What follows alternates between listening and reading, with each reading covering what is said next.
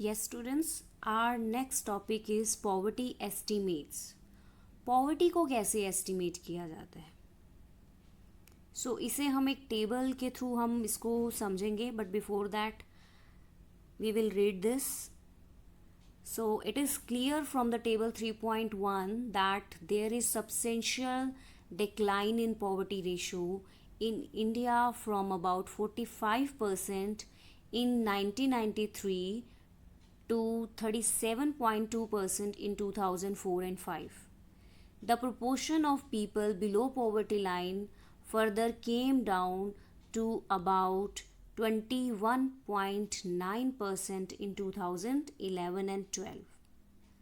Look at this table first.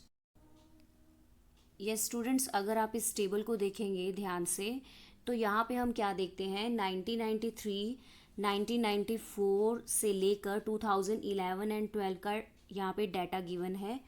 Poverty ratio percentage में हमें भी गिवन है और नंबर ऑफ पुअर पीपल ये नंबर्स में हमें गिवन है in millions, right. So students, अब यहाँ पे हम देखते हैं 1993 टू 1994 से लेकर 2011-12 तक पॉवर्टी का जो रेशो है उसमें क्या हुआ है, वो डिक्लाइन हुई है, राइट. 44.3%, देन डिक्लाइन हुई 37.2 एंड आफ्टर दैट 21.9. इसी तरीके से अगर हम नंबर्स में देखेंगे इन मिलियंस तो यहाँ पर हम क्या देखते हैं कि 403.7 मिलियंस 1993 टू 1994 का जो ये डाटा है तो वहाँ पर भी हमें पॉवर्टी रिडक्शन देखने को मिली है, राइट. जो 269.3 है वो किसकी परसेंटेज है, इसकी परसेंटेज क्या है 21.9. तो हेयर इन सेकंड कॉलम अगर आप देखोगे तो यहाँ पर आपको 407 गिवन होगा. अब आप सोच रहे होंगे कि 403.7 के बाद पॉवर्टी डिक्लाइन यहाँ पर नहीं हुई, right. But the thing is decline हुई है. क्यों? पॉपुलेशन भी तो बढ़ती है, राइट. तो अगर पॉपुलेशन बढ़ेगी तो यहाँ परसेंटेज इसकी गिवन है ना, तो जो कि शो करती है कि डिक्लाइन हुई है, राइट. तो इसी को ही हम देखेंगे, रीड करेंगे पैराग्राफ को. Yes, if the trend continues people below poverty line में come down to less than 20% in the next few years. तो हमने देखा कि पॉवर्टी डिक्लाइन होके 21.9% हो गई है, अराउंड 22%. तो अगर इस तरीके से ही डिक्लाइन होता रहा, पॉवर्टी का कमी होती गई, तो नेक्स्ट फ्यू ईयर्स में हम देखेंगे कि वो 20% से भी बिलो हो जाएगी.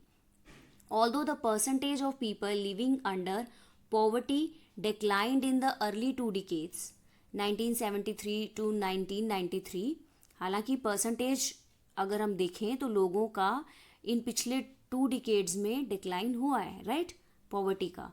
The number of poor declined from 4.7 millions in 4.7.1 millions in 2004-5 to 269.3 millions in 2011-12 with an average annual decline of 2.2% point during 2004 and 5 to 2011 and 12, जो कि हमने अभी किस में देखा था, हमने फिगर में हमने देखा था कि 407.1 से लेकर पॉवर्टी रिडक्शन 269.3 इन मिलियंस में क्या हुई है, कमी हुई है, जो कि एवरेज एनुअल डिक्लाइन हमने 2.2% का देखा है, right.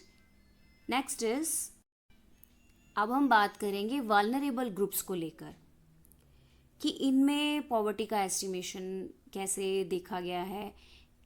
So the proportion of people below poverty line is not same for all social groups and economic categories in India, right.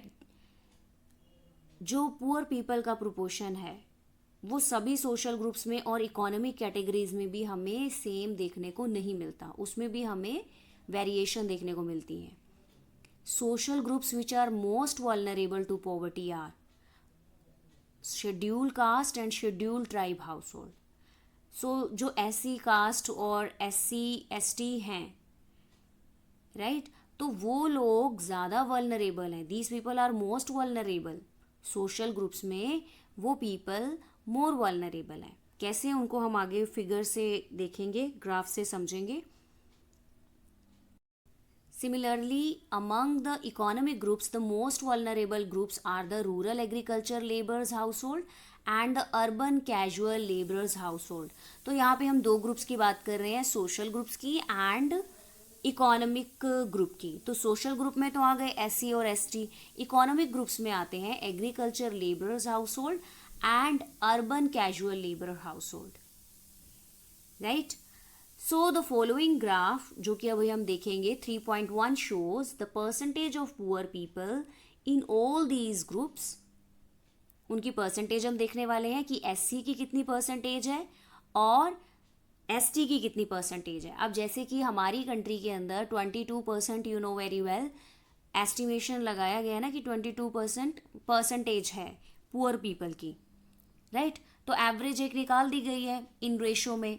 तो उसमें से अब उन 22% में से SC जो हैं वो कितने परसेंट है और ST कितने परसेंट है. इसी तरीके से इकोनॉमिक ग्रुप के लोग कितने परसेंटेज में हैं वो हम with the help of graph समझेंगे. So although the average for people below poverty line for all groups in India is 30. Right. 48 out of the 100 people belonging to scheduled tribes. 100 में से 48% शेड्यूल्ड ट्राइब्स में आ गए, rural areas में. Right. Are not able to meet their basic needs. वो अपनी basic needs को fulfil नहीं कर पा रहे हैं. इसी तरीके से similarly 47% are below poverty line. 47% of casual workers in urban areas are below poverty line. About 50% of landless agriculture workers and 43% of scheduled caste are also poor. Let's see this graph first. Yes students, अगर आप इस graph को देखें, ध्यान से देखें, तो यहाँ पे एवरेज रेशो गिवन है 29.1%. ये आपको पता है कि हमारी कंट्री में इतने रेशो के लोग क्या हैं, पुअर पीपल हैं. राइट. अब इसमें से 45.3% शेड्यूल्ड ट्राइब्स में से आ गए, 31% शेड्यूल्ड कास्ट में से आ गए. ये 100 में से हैं. ठीक है, आउट ऑफ 100 है ये. और 39.8% ये आ गए एग्रीकल्चर लेबरर्स एंड 32.9% कितने कौन है, कैजुअल लेबरर्स. राइट. तो ये तो उनकी परसेंटेज है इन लोगों की. एवरेज अगर हम देखा जाए, अगर एवरेज इंडियन पॉवर्टी रेशो के हिसाब से. नाउ द थिंग इज, अब यहां पे नेक्स्ट बात क्या हो रही है, about the double disadvantage of being a landless casual labour household in socially disadvantage social groups of the scheduled caste और the scheduled type population highlights the seriousness of the problem. कैसे?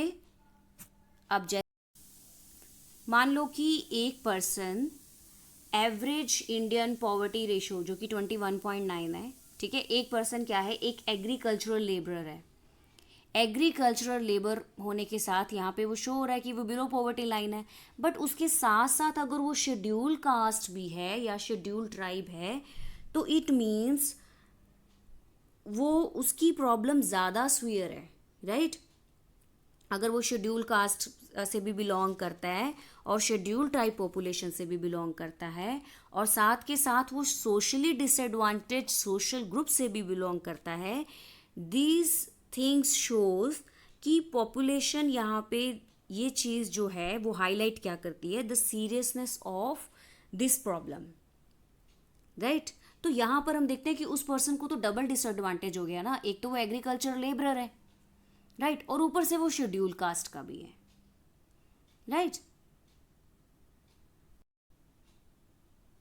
Some recent studies have shown that except the scheduled tribes household, all the other three groups जैसे कि scheduled caste, rural agriculture laborers and the urban casual laborers have seen a decline in poverty in the 1990s, जो कि figure में given है.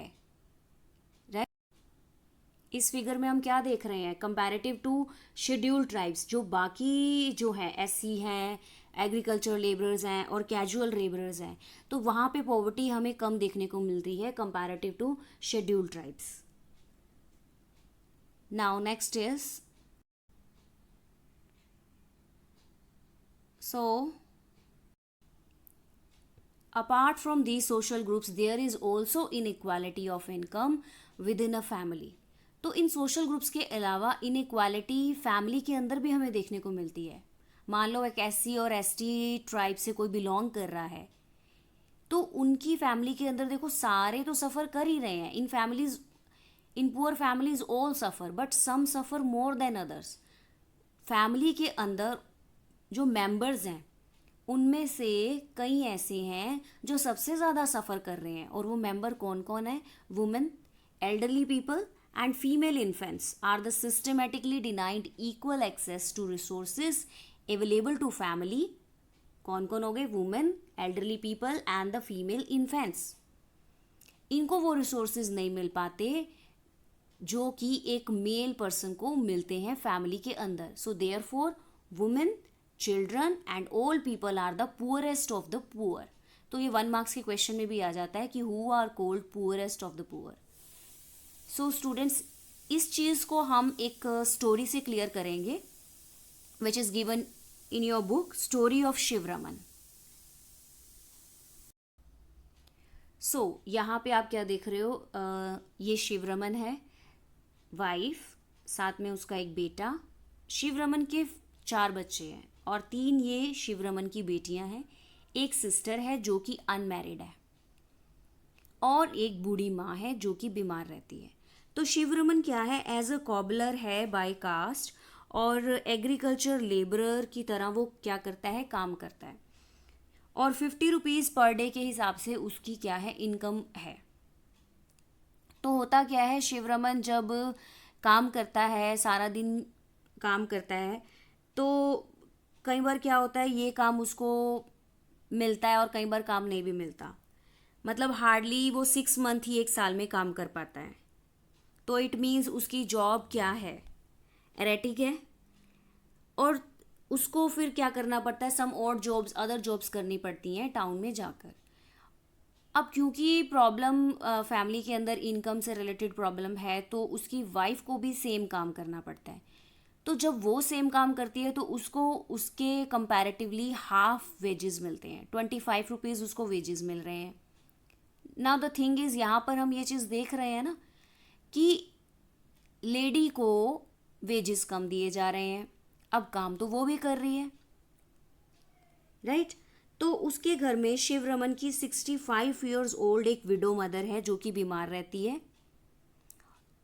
तो थोड़ा बहुत वो कभी कभार घर में काम करवा देती है. एक अनमैरिड सिस्टर जिसकी हम बात की थी, ये 25 ईयर्स ओल्ड अनमैरिड सिस्टर है, और उसके जो 4 बच्चे हैं वो 1 to 16 ईयर्स के एज ग्रुप के हैं. कोई भी गर्ल शिवरमन की फैमिली से कोई भी गर्ल चाइल्ड स्कूल नहीं जा पा रही है, क्योंकि उसके पास बुक्स खरीदने के या लग्जरी आइटम्स बच्चों के खरीदने के लिए वो अफोर्ड नहीं कर सकता, उसके पास मनी नहीं है. क्योंकि शिवरमन को कहीं ना कहीं ये लगता है कि वो अपनी बेटियों की तो उसने शादी करा देनी है, तो कोई फ़ायदा नहीं है इनको पढ़ा लिखा के. तो शिवरमन को यहाँ पर कहीं ये लगता है कि अपने बेटे को वो थोड़ा बहुत पढ़ा लेगा कि चलो ठीक है, जब वो बड़ा होगा तो वो कुछ कमा लेगा, राइट, तो उसकी हेल्प भी हो जाएगी. इधर से जो शिवरमन की सिस्टर है तो उसकी भी शादी नहीं हो पा रही है. नाउ द थिंग इज़ कि पैसा नहीं है तो उसको एक अच्छा दूल्हा नहीं मिल पा रहा है, बूढ़ी माँ बाप का वो इलाज नहीं कर पा रहा है, और समटाइम्स अगर कोई भी मतलब उनको 2 वक्त का खाना अगर देखा जाए वो भी उस पर क्या है, मुश्किल से वो जुटा पाते हैं, राइट. और अगर लग्जरी आइटम में देखा जाए तो कभी वो खरीद कर अगर मिल्क लेकर आता है मार्केट से तो वो क्या करता है, अपने बेटे को पिला देता है. तो वो सिर्फ वो मिल्क उसके बेटे के लिए होता है. अब देखो, न्यूट्रिशन की ज़रूरत तो हर एक को होती है ना, लेडीज़ को भी होती है, जो बूढ़ी माँ है उसको भी चाहिए, उसकी बहन को भी चाहिए और उसकी सिस्टर को भी चाहिए. तो यहाँ पे हम क्या देख रहे हैं कि घर में सबसे ज़्यादा सफ़र यहाँ पे कौन कर रहा है, girl child, women and old women, right. So इस स्टोरी से यहाँ पर क्लियर होता है कि these people are the poorest of the poor. Okay.